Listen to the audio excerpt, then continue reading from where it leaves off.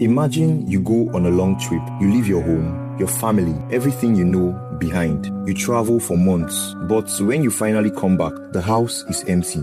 No bodies, no blood, no signs of a fight, just silence. And carved into the wood of the front door, one single word, Croatoan. You don't know what it means. You don't know where they went. And 400 years later, neither do we. This is not a horror movie. This is real history, and it might be the greatest unsolved mystery America has ever buried. Walk with me as I take you on another journey through the eyes of history.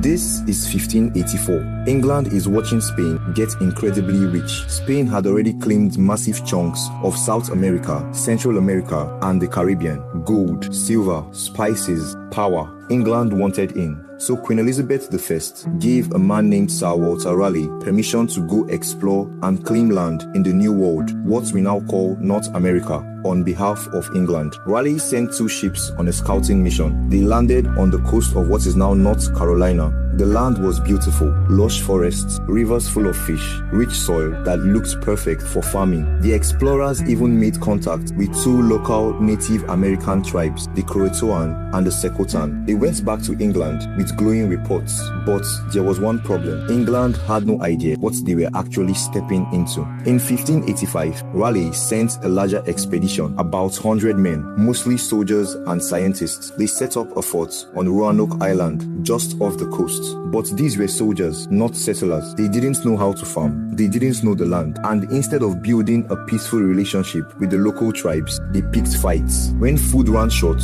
a local chief named Wingina refused to give them more. Therefore, the English soldiers attacked his village. They killed Wingina and burned his crops. That single act of violence poisons everything. The surrounding tribes stopped helping them entirely. Now the English were stuck on an island, starving, with no allies and no supply ships. Sir Francis Drake happened to pass by on his way back from raiding Spanish ships in the Caribbean. The soldiers begged him to take them home, and he did. But Raleigh didn't give up. He was already planning round 2, and this time he wasn't sending soldiers, he was sending families. In 1587, a new group of 117 men, women, and children set sail for the New World. This wasn't a military mission anymore. These were real people with real dreams, farmers, craftsmen, families looking for a fresh start. Their governor was a man named John White, a painter, an explorer, and someone who genuinely believed in this new world. He had been there before on the scouting mission. He knew the land. He trusted it. Among the colonists was his own daughter, Eleanor White. There, she was pregnant.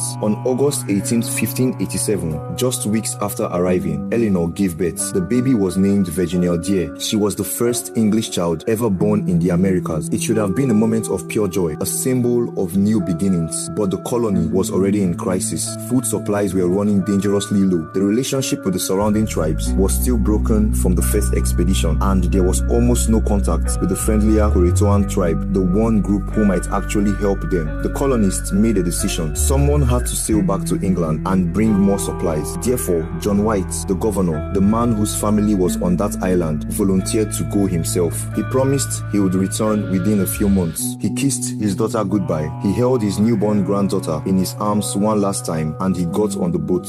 Now, here is where the story takes a dark turn. John White arrived back in England and immediately started organizing a supply mission. But England had a problem of its own. Spain had declared war. The famous Spanish Armada, the most powerful naval fleet in the world at the time, was preparing to invade England. Queen Elizabeth needed every ship in the country for the war efforts. No ships could be spared for the colonies. John White begged, he pleaded, he argued that 117 people were stranded on an island with no food and no protection. Nobody listened. 1 year passed, 2 years. Finally, in 1590, 3 full years after he left, John White managed to get permission to return to Roanoke Island 3 years later. Think about what 3 years means when you've left your family behind with no word, no supplies, and no protection. He crossed the Atlantic. He sailed toward the island, and as the shore came into view, something caught his eye. Smoke rising from the trees. His heart must have leaped. Maybe they are still here. Maybe they survived. White and his crew landed on the island. They called out. No one answered. They walked toward the settlement. The fort was overgrown with vines, like the forest had been slowly swallowing it, reclaiming it, as if the people people had never been there at all. No tents, no tools, no fires, no sounds of life. The houses were gone, not burned, not destroyed, just dismantled, as if the colonists had taken them apart themselves deliberately. But no people, no bodies, no grave, just silence and the sound of wind through the trees. Then White noticed something carved into the back of a tree in large capital letters, Croatoan, and carved into a post at the fort's entrance, just the letters C-R-O. Before White had left 3 years earlier, he had made an agreement with the colonists. If they needed to leave, they would carve the name of where they were going. If they were in danger, if they were leaving by force, they would carve a cross above the name. There was no cross. White was convinced they had moved to Croatoan Island, the home of the friendly Croatoan tribe, about 50 miles south. Therefore, he ordered the ships to sail south immediately. But the ocean had other plans. A violent storm hit.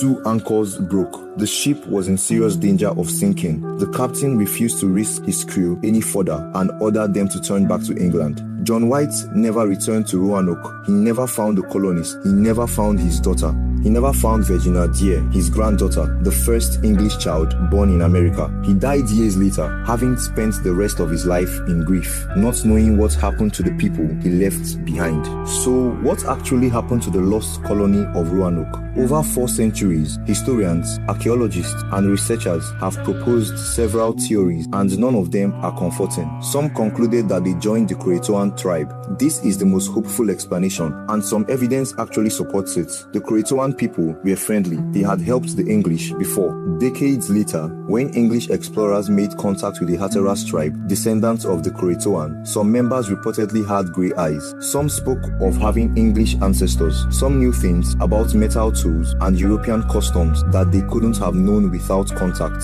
A 2020 archaeological dig on Hatteras Island found European objects, a ring, sword pieces, a knife, buried in a Croatoan site dating to that era. But here is the thing.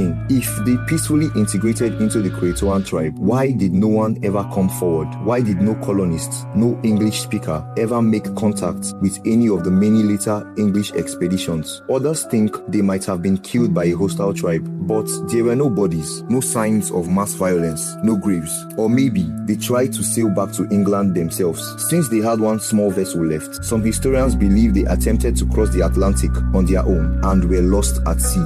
But that would have been near suicide. 117 men, women, and children in a small boat across the open Atlantic. The colonists may have also slowly starved, splintered into smaller groups, and scattered, some joining tribes, some dying in the wilderness, some traveling further inland. No single theory explains everything. But what we know is this: 117 people walked onto that island in 1587. They had names, they had faces, they had hopes and fears, and people they loved. And then they simply vanished. No goodbye, no explanation, no ending.